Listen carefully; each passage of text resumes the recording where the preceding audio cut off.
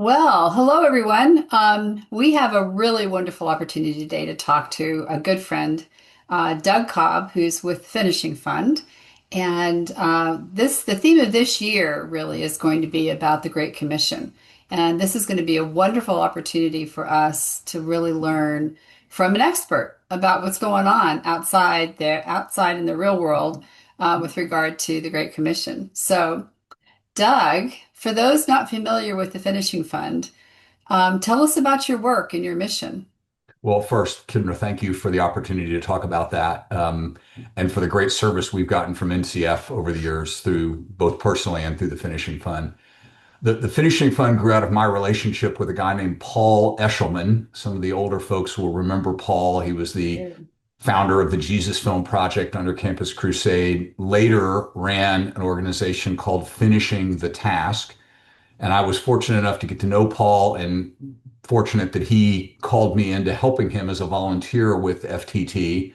Um, FTT was a global collaboration of ministries around the idea that the Great Commission could be completed in this generation. Mhm. And it was a great organization that did a lot to move the Great Commission forward. It lacked one thing, which was a source of funding for the projects that it would encourage people to take on. And in 2016 and 17, I talked to Paul about the idea of creating a kind of a sidecar, a kind of an auxiliary to FTT that would be a funding source for ministries that would send workers for the first time to people groups around the world that nobody had ever been to with the gospel, the UUPGs, the unengaged, unreached people groups. And so in 2017, we started the fund.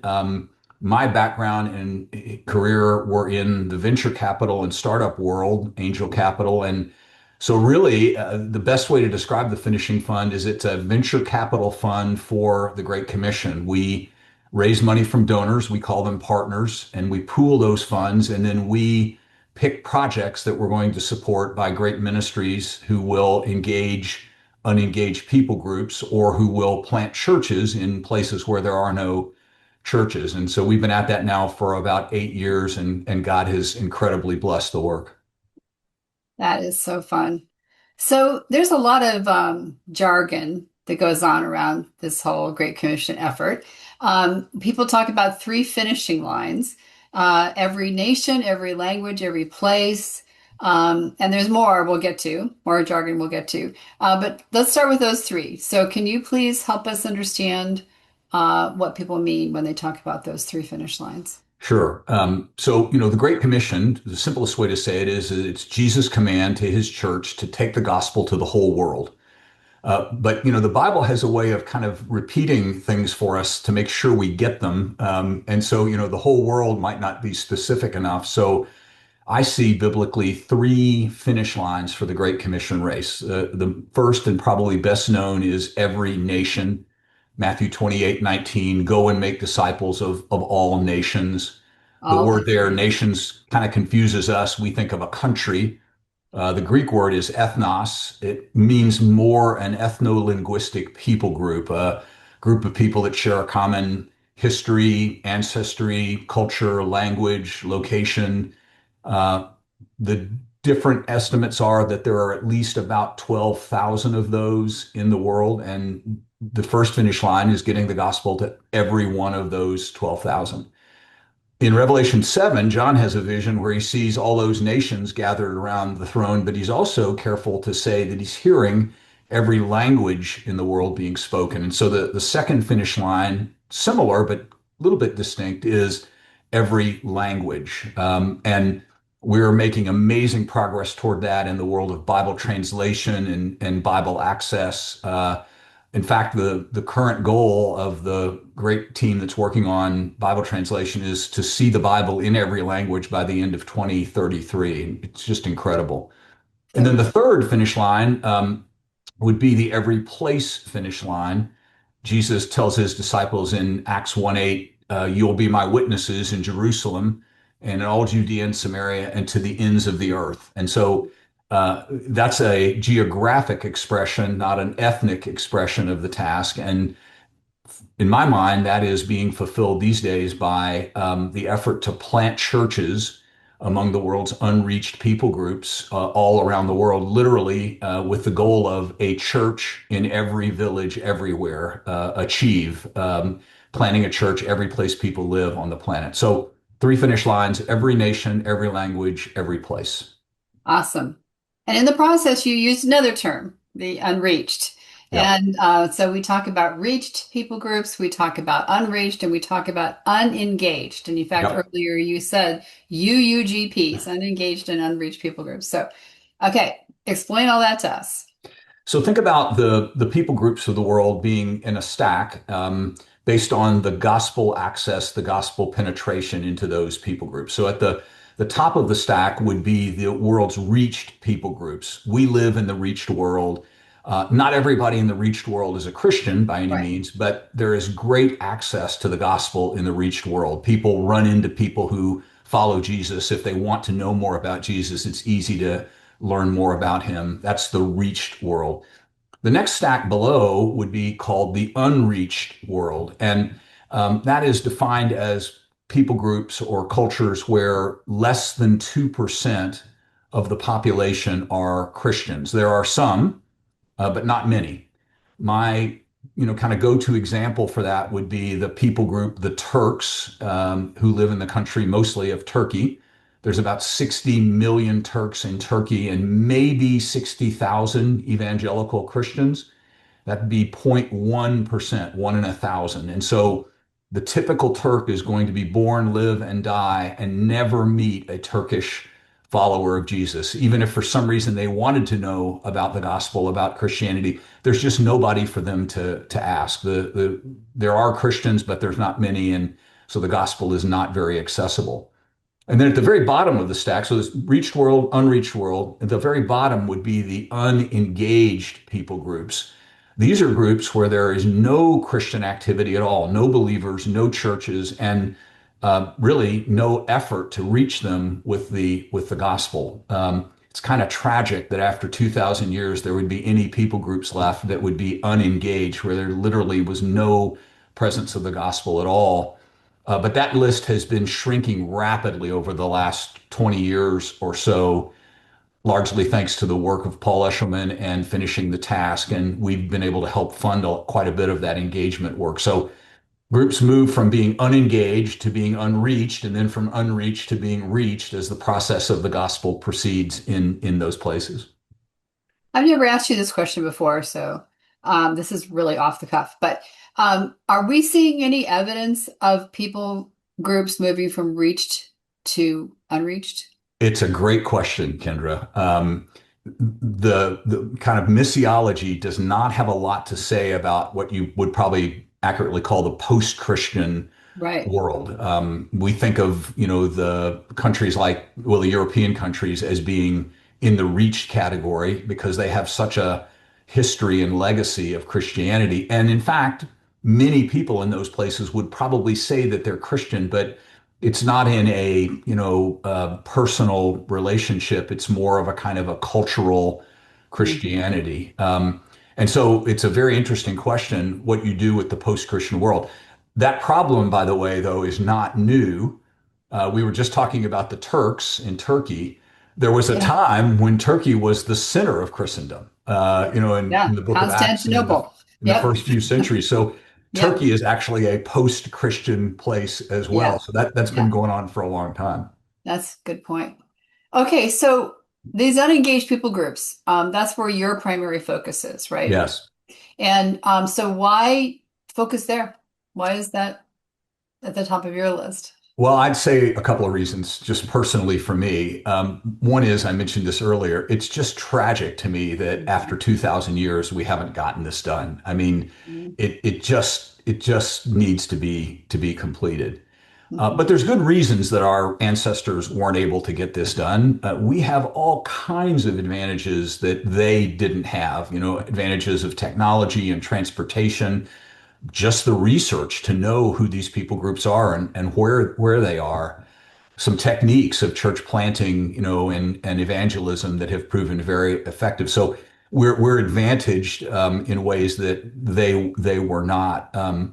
And then for me, I guess probably my wife says that my favorite thing in the world is checking something off of a to-do list. I I'm so pathological that I've actually put things that I've finished on a list just so I can check them off. I don't know if you've ever, I have done that. I you have know, done that. that's pretty bad. But this just looked to me like a great exercise in checking things off and Yeah, driving, towards zero. We talk yeah, about at the finishing funding having a mission to zero yeah, unengaged people groups. And I have to say it's been, amazing over the yeah, years to check off, yes, now engaged, yes, now engaged, to yeah. hear the stories of the first people in people groups around the world to know and follow Jesus. It's just an incredible experience. So, what's your current estimate on how many unengaged people groups are left?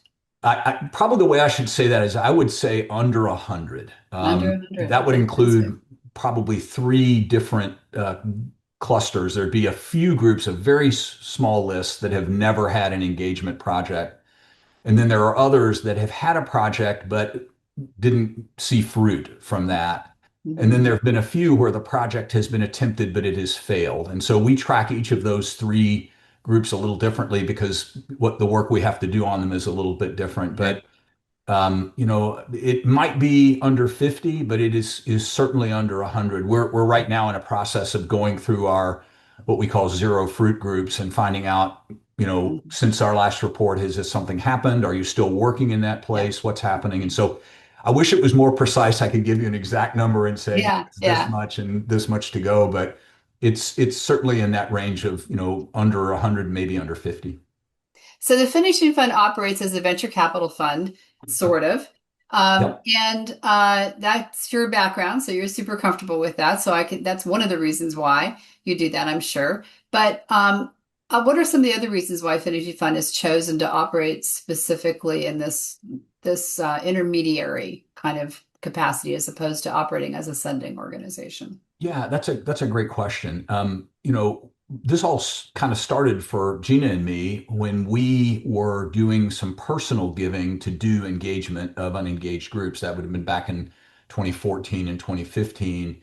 And I had an experience sitting in a gigantic tent in India, with who knows 10,000 people under it, and some of those people were the first known believers from people groups in India. And some of those were people groups that Gina and I had helped fund. And I said, this is like It's right so out of the book of cool. Acts. This is just the most amazing Yeah, thing. And so cool. um, Yeah, and and two things occurred to me out of that. One is I want to share this with people. I want people to share the joy of being a part of yeah. seeing this happen. I mean, literally being a part of seeing the Great Commission fulfilled in a very specific way.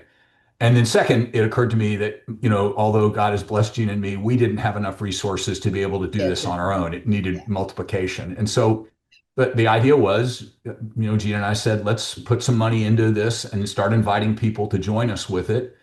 And, they'll get to share in the blessing of seeing the work done. And, we'll lever what we could have done on our own with other people's mhm, resources. mhm, I think there's a blessing for our partners in this model. Um, what this lets them do is invest, give at the very frontier of the Great Commission, which is something that if you tried to do that on your own, you could do it, but it would take a lot of time and effort to figure out how to do that well. There's lots of stories of people who have tried to do things in places like India and have been, right. hoodwinked by folks there. And knowing what people group should I work with, which country, what ministry, what's a reasonable proposal, how things are going. And these are the same kinds of services that a venture capitalist provides in the secular space to guide people into investing in startups. And we just Mhm. think some of the same problems exist in this world and that the same services can be offered. So my partner and I think we're serving our partners by Yeah, guiding their investment in a way that would be hard for them to do on their own. yeah. So I know that one of your priorities is to work with local leaders, It right? is. So can you give us some examples or illustrations of how working with local leaders has transformed this work? Yeah, when most of us think about missionaries, we may have a picture of a couple, a family on our refrigerator from our church or from an Yeah. organization we support who have gone. And certainly that is a very important part of the task. And, it's the historical model, Americans and Europeans going to the Hmm. rest of the world. But in the last 20 years or so, the indigenous church all around the world has been rising up as a missionary force. In fact, almost demanding involvement Sure. with the desire to be a part of seeing their countries, their regions reached with Mhm. the gospel. And what you find is that those national believers are both more efficient and more effective in doing this kind of frontier work than the typical American would be. On the effectiveness side, they're not exactly the same culture as the people they're trying to reach, but they're near culture. They share similarities. They know what the food is like. They know it's hot. They've already had the diseases. They speak a shared language that will give them access to the people group. They don't have to go 10,000 kilometers. They can go 100 kilometers from where they live to the place where the people group is. And so there's a lot of efficiency in that. It's also, excuse me, effectiveness in that, but there's also a lot of efficiency because these national workers don't require the same level of support that Americans would require. We have a benchmark in the finishing fund that in most parts of the world, we can support two workers for 3 years for a total of $30,000. So about $5,000 per worker per year.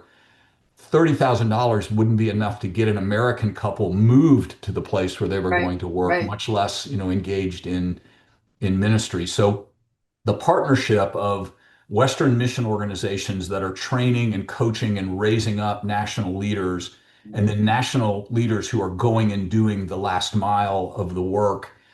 It's an amazing, it's just like Paul talking in Corinthians about the body, not everything, Hmm. everybody's a foot or a hand. Hmm. But when we work together and bring the things that we have to the mix, amazing things can be accomplished. I think, Kendra, in about 800 engagement projects we've done, we've supported American frontline workers, I think twice in 800 engagements. So that Wow. just gives you a sense of how Yeah. dominant the national model has become for us. Yeah. Have you got a favorite story about Oh that? gosh, there's so many great ones. But my partner Mark just got back from Tbilisi, Georgia, which is near one of the places in the world that the gospel is most hindered. The Caucasus Mountain region that separates Russia from Azerbaijan and Georgia. And he has a leader there. I'm not going to speak his name for If you'll protection from butcher it, him, right? who was a guy Yeah. who met Jesus and then who met Mark. And Mark taught him how to do church planting, evangelism and church planting using movement methodologies. Hmm. And this brother has now been instrumental in seeing um, more than 10 people groups in his part of the world engaged with the gospel. And not just Wow. like one or two believers, but Mark and I were actually just talking earlier today about one particular group, where there are now, 10 churches in a people group of about 5,000 people in two Wow. villages. And, several hundred people out of 5,000 now who have, come to be followers of Jesus as a result of this brother's work. And he's the most humble, gentle man. In fact, You he's so bet. gentle that Mark gets exasperated with him sometimes for not, holding people's feet to the fire more. But what he has done in that part of the world, no American could possibly have Yeah. have Yeah. accomplished. So Yeah. he's just a great gospel hero that nobody knows who he is, but someday Yeah. he'll be Yeah. famous in eternity. Yeah. You got to protect him now, but that's Yeah, super cool. Yeah. exactly. Yeah. So collaboration between organizations is a hot topic, and it's It is. very, very attractive to givers. So how is the Finishing Fund partnering with other organizations? What are some of the big collaborations or modest size collaborations that are starting to make a big difference that you are a part of? Yep, probably the sort of the lead organization in this space would be the Illuminations Alliance in the area of Bible translation, being led by Mark Green and Todd Peterson and Catherine Barnhart and a few others on the donor side. that has brought together the top 11 translation ministries to collaborate on, planning and executing their translation strategies. And that collaboration has not only raised hundreds of millions of dollars for translation, but on the operating side has driven maybe 100 years out of the goal of reaching every language. I mean, literally from probably 2150 to maybe 2033 to seeing that goal accomplished. So, I mean, both financially and operationally, it's been huge. And so there's lots of efforts underway to try to duplicate that in Right. other aspects of the Great Commission. Right. We're part of one called the Achieve Alliance. I used that Achieve acronym earlier, a Yes, you church in did. every village, everywhere, that includes a number of church planting ministries and a few donors, including the Finishing Fund, working to create that same kind of awareness and funding, but also operational leverage in this world of church planting. The first task that this group has taken on is the task of literally mapping the world at the village level to figure out where churches are and where they aren't. The first thing you have to Hmm. do to solve a Hmm. problem, right, is figure out what the problem is. And we Right. don't even know exactly what it is. People have a vague awareness of it, but and so now in 10 countries around the world, there are active efforts, happening. It's happening in real time to map the country, to figure out where the villages are, what their gospel status is, and then to build plans to plant churches in the places where they are not. It's a little bit like that old joke, how do you eat an elephant? One bite at a time. So you Yeah. pick a Yeah. country, a small country like Togo or Benin, Sri Lanka. You break it down by district, by block, by village. You figure out what's going on, then you attack, the problem at that basic level. So we're very excited to be part of this, Achieve Alliance, and really hopeful that it will be God will bless it as He has illuminations to the benefit of the Great Commission. Yeah. We'll definitely be praying for that. Yeah, Yeah. So you've pointed out, and we at NCF are aware of this, that we are part of the best resource generation in history, or at least one of the best resource. yeah, There's immense wealth that the Lord has poured out yes, and has entrusted to his people, but also to others. And in light of that, how should Christians think about their resources yeah. in light of the great, well, glad where we are with regard to the Great Commission? Yeah, it's really kind of staggering. My friend Jim Wise from Blue Trust has done the math on this and estimates that there is about $7 trillion in the hands of American evangelical Christians. It's a staggering number Wow. when you think about it, but Wow. it's only a small part of the total wealth of our country. It's just amazing how God has blessed us. I would say that a generous estimate of the cost that's needed to finish the Great Commission would be no more than $7 billion. So if you do the math, 7 billion divided by 7 trillion is $1 in 1,000. That means if every one of God's people in the United States would just give $1 out of the 1,000 that they have and put it to work in the right way so that it was going to the frontier, we would instantly be able to raise everything that's required to complete the Great Commission task. That doesn't even mention, that's just the money, right? That doesn't Right. even mention all these things that we talked about earlier, these incredible blessings we have in our generation of transportation and computer technology and the internet and artificial intelligence and things that our grandparents would have just thought were science fiction. And, we use them as the everyday tools. We really do have everything that is needed to complete the task to the point where Jim concludes, he says, our generation will be the first one to stand before the Bema of Christ and have to say, if we don't finish, that we didn't finish because we didn't want to. We don't lack anything being able to do it. It's just a question of will we do what God has called us to do. Wow. Wow. I mean, that is, such a, it really hits home for It me. does. Right. It We're all really going to does. stand there someday, and Yeah. our salvation is secure in Christ, but we're going to give Yeah. an account. And I think it's the opportunity Right. of a generation to be the generation that could see the completion of this race. It's just we're the first one to really be in the position to do that. So it seems like we're in the final stretch listening to you, right? I think so. And so what would you like to say to people that, gives them the most hope about all of this? Yeah. Well, a very powerful motivating verse for me is in Matthew chapter 24, verse 14. Mhm. That Matthew 24 chapter is the Olivet Discourse. Right. Jesus' disciples ask him, "When are you coming back?" And he gives a long answer, lots of things that people pay attention to, wars and rumors of war. But We've in the always middle of got that, in verse those. 14, he says, "This gospel of the kingdom will be preached in the whole world as a testimony to all nations, and then the end will come." Right. And the people I know who are working on this task, this Great Commission task around the world, are all highly motivated by the idea that if in fact our generation could be the one to finish the task, that we could also be the generation that would witness the return of Christ. And Yes. that is going to be such an awesome day whenever it comes. Some generation is going to get to do that, right? Yes. There's going to Yes. be a generation that will get Why to not experience us, that. right? Why not us, right? As long as we're alive and with all the capability we've been given, why not us? And so Yeah. that's highly motivating to me and my team. I think many of the partners in the finishing fund, and I just would share that with folks as a motivation that maybe we could be the generation to see that amazing event. So how do you think about engaging the next generation? Is Hmm. in light of the great wealth transfer, right? Yep. Yep. So you and I are not getting any younger.